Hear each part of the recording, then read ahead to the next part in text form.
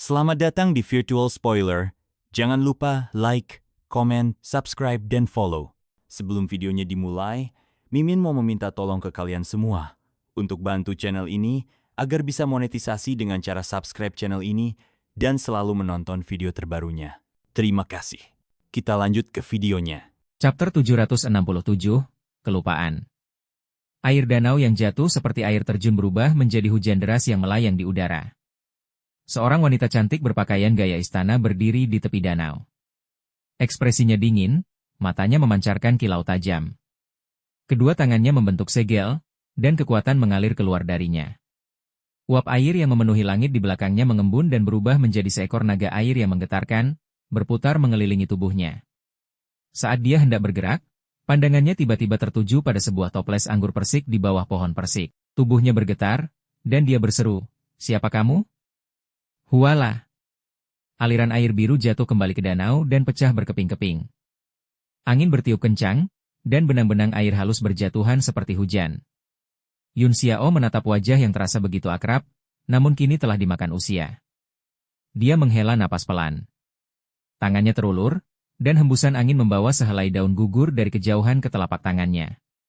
Dengan lembut, dia melipat daun itu, lalu meletakkannya di bibirnya dan meniupnya perlahan. Napasnya mengguncang daun, menghasilkan bunyi jernih dan panjang, seperti burung yang menyentuh permukaan air atau kicau burung oriole. Di tengah gerimis, di bawah guguran bunga persik, alunan itu terdengar lirih dan sendu. Niat membunuh yang memenuhi mata wanita cantik itu perlahan mencair, digantikan kehangatan yang merambat di hatinya. Dia berdiri diam, mendengarkan hujan, bunga persik, dan alunan nada yang penuh kesedihan. Keduanya terdiam tanpa berkata apapun. Kesedihan samar terbawa angin. Pemandangan di hadapan mereka, diiringi suara lembut itu, terasa dingin dan sunyi, yang memainkan penuh duka, dan yang mendengarkan pun larut dalam kesedihan. Setelah waktu yang lama, alunan itu berakhir. Yang tersisa hanyalah suara hujan dan bunga persik yang berguguran. Yun Xiao menggerakkan tangannya perlahan, dan daun itu tertiup angin. "Mari kita minum bersama." Wanita cantik itu mengulurkan tangan dan membuka segel lumpur pada toples anggur persik di bawah pohon. Dia menyesapnya, lalu berkata, "Anggur ini palsu. Kamu telah ditipu." "Ini bukan anggur persik," kata Yun Xiao sambil tersenyum. "Namanya mabuk untuk melupakan kesedihan." Wanita cantik itu tampak menyukai nama itu. Dia berkata, "Jika benar ada anggur seperti itu di dunia ini, tak peduli berapapun harganya, aku akan membelinya." Dia mengangkat toples dan meneguknya dalam-dalam, seolah sedang menikmati kebahagiaan sesaat. "Tapi kenapa aku tidak bisa mabuk dan melupakan kekhawatiranku?" tanyanya dengan heran. Dia terdiam sejenak, lalu tiba-tiba berkata, "Tahukah kamu perbedaan antara minum anggur dan minum air?" Kilasan kenangan melintas di mata Yun Xiao.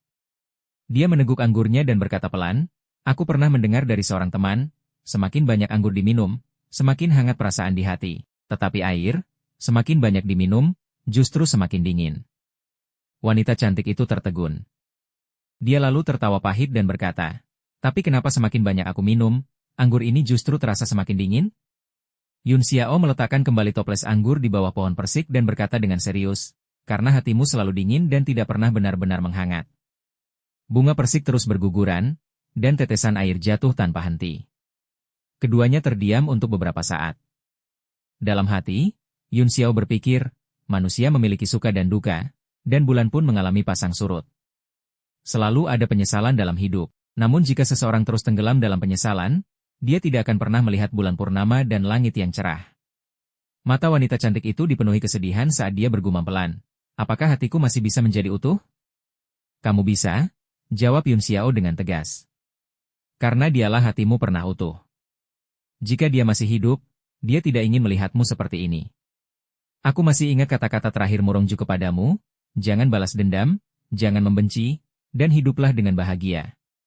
Itu adalah harapan terakhirnya, namun kamu telah mengecewakannya." Tubuh wanita cantik itu bergetar hebat, matanya dipenuhi emosi yang rumit.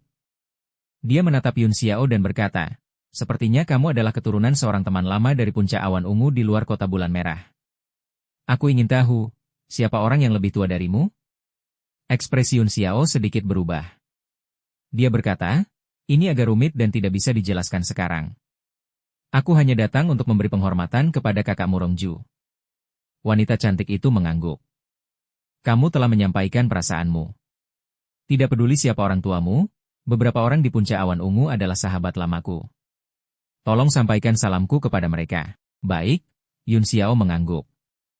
Aku berharap kamu bisa segera keluar dari bayang-bayang masa lalu dan tidak tenggelam lagi ke dalam jurang. Masih banyak orang di dunia ini yang peduli padamu. Jubah ini bisa kamu simpan dan nikmati perlahan. Semoga itu bisa membantumu melupakan kesedihan. Yun Xiao menatap pohon persik itu sekilas, lalu berbalik dan pergi. Wanita cantik itu menatap punggungnya sambil mengerutkan kening, tenggelam dalam pikirannya. Tiba-tiba, dia berkata, karena kamu adalah keturunan teman lamaku, jika suatu hari kamu mengalami kesulitan di kota bulan merah, kamu bisa datang mencariku kapan saja. Yun Xiao berhenti sejenak lalu terkekeh. Masih ada urusan yang harus kulakukan. Jika aku benar-benar tidak mampu menyelesaikannya, aku tidak akan sungkan. Sosok Yun Xiao perlahan menghilang dari pandangan. Yang tersisa hanyalah gema samar bait puisi yang tertiup angin. Kegembiraan karena perpisahan adalah penderitaan karena perpisahan, dan masih ada begitu banyak anak bodoh di dunia ini. Seperti kata pepatah, awan menutupi 10.000 li, salju menutupi 1.000 gunung. Kepada siapa bayangan itu pergi? Wanita cantik itu tertegun saat mendengarnya. Pandangannya tertuju pada pohon persik. Setelah gerimis berlalu, kuncup-kuncup bunga bermekaran satu persatu di bawah langit yang kembali cerah. Dia terdiam, seolah tenggelam dalam pikirannya. Tuan. Tiba-tiba, terdengar suara lembut seorang wanita. Sesosok tubuh berpakaian putih melayang turun dari langit dan mendarat dengan ringan di hadapan wanita cantik itu. Di kota Bulan Merah, hanya orang-orang dari kota itu sendiri atau mereka yang mendapat izin yang bisa terbang dengan bebas. Wajah gadis muda itu bersih dan manis, dengan senyum polos tanpa celah. Dia mendekat dan berkata dengan heran, "Guru, apa yang sedang Anda pikirkan? Kenapa tempat ini terasa seperti baru saja hujan?" Padahal langitnya jelas. Barulah wanita cantik itu perlahan tersadar. Dia tersenyum tipis dan berkata, "Udara tadi agak kotor, jadi aku membersihkannya saja." Membersihkan? Gadis muda itu memutar matanya dengan ekspresi aneh, lalu pandangannya jatuh pada pohon persik. Dia berseru, "Guru, kenapa Anda minum anggur?" Wanita cantik itu terkejut sejenak, lalu mendengus dan berkata, "Apa yang aneh dengan minum? Guru sedang punya suasana hati. Tidak bisakah aku minum?" Gadis muda itu menunjuk ke depan sambil tersenyum licik. "Lalu kenapa ada 2 toples? Guru pasti akan bilang membelinya untuk diminum pelan-pelan. Tapi kenapa semuanya sudah dibuka?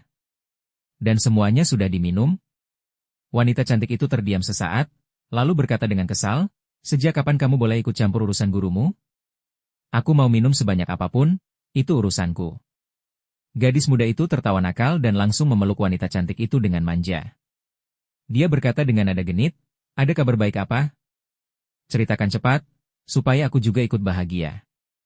Aku benar-benar penasaran, siapa yang punya kemampuan luar biasa sampai bisa membuat suasana hati guru jadi lebih baik. Aku harus belajar darinya, supaya bisa membuat guru bahagia setiap hari." Di antara mereka tidak ada jarak seperti guru dan murid. Mereka justru lebih mirip sepasang saudari yang sangat dekat. Wanita cantik itu merasakan kehangatan samar di hatinya. Kata-kata Yun Xiao terlintas di benaknya, bagaimanapun juga, masih banyak orang di dunia ini yang peduli padamu. Setidaknya, murid ini adalah salah satunya.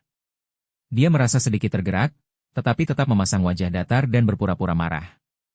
Dia mendengus dan berkata, "Siapa yang bilang gurumu sedang dalam suasana hati yang baik? Jangan bilang kamu mau ikut kelas melukis hanya karena aku memberimu beberapa warna." Gadis muda itu tertawa kecil. "Hehe, guru, kerutan di wajahmu sudah mengkhianatimu. Setiap kali guru tersenyum padaku, sudut matamu akan sedikit berkerut. Aku tahu itu senyum pura-pura, senyum yang dipaksakan.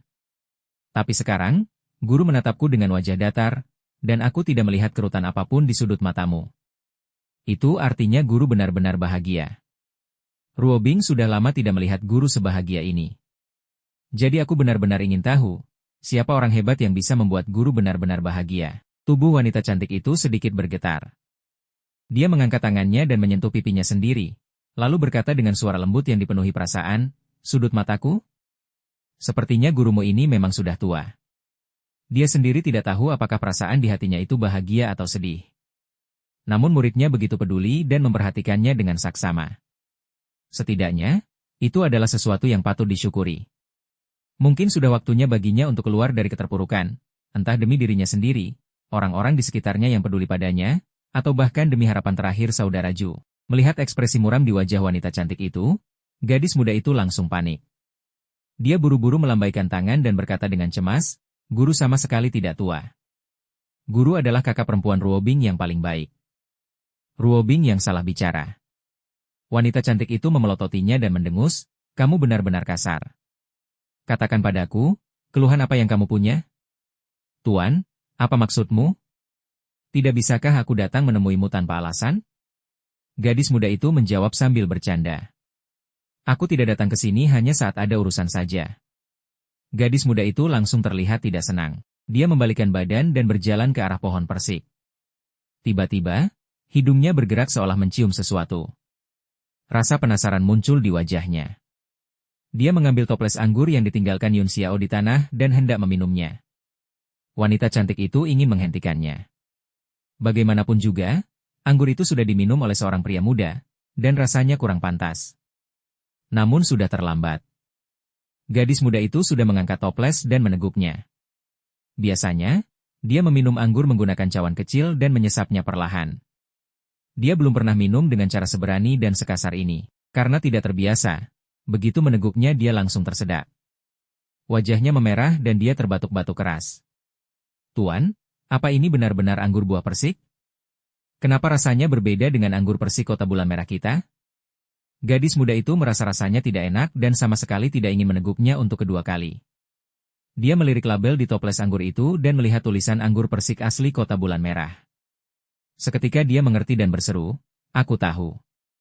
Yang biasa kita minum itu disebut anggur persik, sedangkan yang ini namanya anggur persik asli kota bulan merah. Ini jelas bukan jenis yang sama." "Tuan, aku benar, kan?" Wanita cantik itu menatap wajahnya yang berkerut seperti pare dan terkekeh. Benar atau salah, anggur ini memang disebut anggur persik asli kota bulan merah. Tapi sekarang, dua toples ini punya nama lain. Namanya mabuk kesedihan. Mabuk kesedihan? Gadis muda itu tertegun. Dia mengulang nama itu dalam hati, lalu menunduk menatap toples anggur di tangannya. Setelah ragu sejenak, dia kembali mengangkatnya ke mulut dan meneguknya lagi. "Ruobing, apa kamu sedang punya masalah dengan urusan pernikahanmu lagi?" Tanya wanita cantik itu dengan suara lembut, meski hatinya bergetar. Gadis muda ini adalah sosok yang sangat diperhatikan dunia, seorang jenius yang memenuhi seluruh kota bulan merah dengan namanya. Dialah Jiang Ruobing. Dia berhenti sejenak. Kali ini, karena sudah terbiasa minum langsung dari toples, dia meneguknya dengan lebih lancar. Dia meminum cukup banyak, lalu tersenyum dan berkata, "Tuan, anggur ini benar-benar aneh. Saat meminumnya, aku bisa merasakan kesedihan dan kelupaan seperti yang kau katakan." Hati wanita cantik itu tiba-tiba terasa nyeri. Dia segera mengambil kembali toples anggur itu dan berkata dengan lembut, "Sebagai wanita dari keluarga Jiang, siapa yang bisa menentukan sendiri pernikahannya? Bukan hanya keluarga Jiang. Di seluruh dunia seni bela diri surgawi, putri dari kekuatan besar mana yang bukan dijadikan alat tawar-menawar dalam aliansi pernikahan?" Terima kasih sudah mendengarkan Virtual Spoiler. Sampai jumpa di pembahasan berikutnya.